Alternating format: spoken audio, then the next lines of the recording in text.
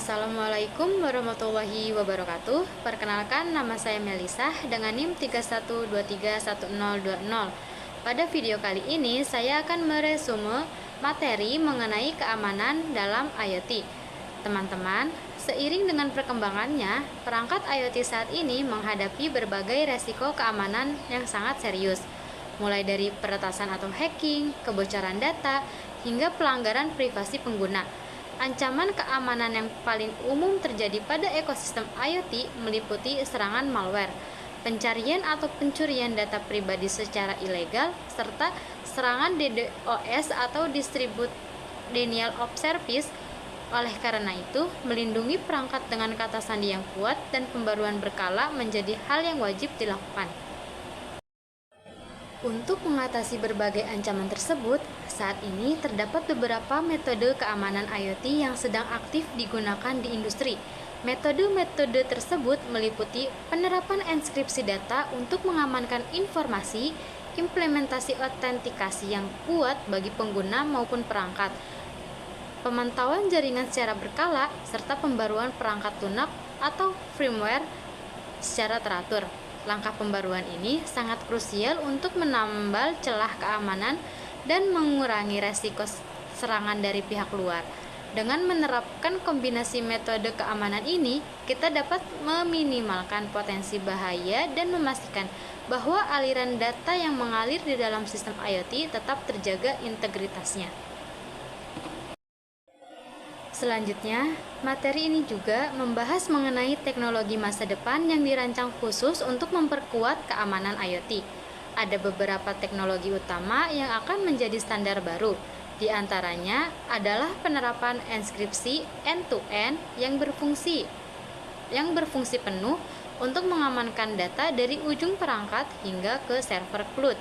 Selain itu, ada sistem autentikasi ganda atau multifaktor authentication untuk memastikan hak akses yang jauh lebih aman dan berlapis. Tidak kalah penting, teknologi pemantauan jaringan masa depan juga akan dikembangkan secara lebih cerdas guna mendeteksi berbagai aktivitas mencurigakan atau anomali trafik secara real-time sebelum serangan berhasil menembus sistem. Selain ancaman cyber berupa pencurian data, keamanan IoT juga berdampak langsung pada aspek fisik. Bahaya yang mungkin terjadi akibat lemahnya keamanan adalah adanya kerusakan pada komponen sensor atau aktuator. Kerusakan ini tidak hanya mengancam keselamatan operasional, tetapi juga bisa menyebabkan kerugian finansial yang cukup besar bagi pengguna atau perusahaan. Oleh karena itu, standar keselamatan yang harus dipenuhi adalah memastikan seluruh peralatan sensor dan aktuator terpasang dengan benar di lapangan.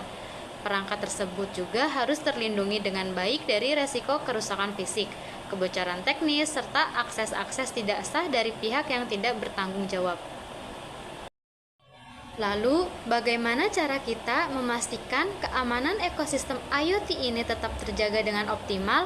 Langkah pertama yang harus dilakukan adalah memastikan instalasi sensor dan aktuator sudah terpasang dengan baik dan sesuai dengan petunjuk penggunaan resmi.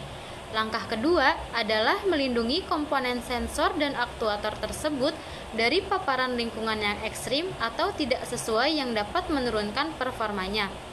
Langkah ketiga yang sangat penting adalah melakukan perawatan rutin serta pemeriksaan berkala pada seluruh infrastruktur. Proses pemeriksaan ini bertujuan untuk mendeteksi secara dini adanya kerusakan atau keausan pada perangkat keras sebelum menimbulkan masalah yang lebih besar.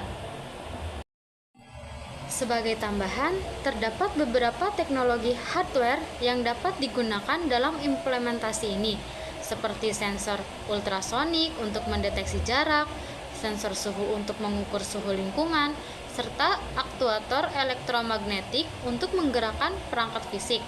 Kesimpulannya, menjaga keamanan IoT membutuhkan keselarasan antara perlindungan cyber dan perawatan fisik perangkat.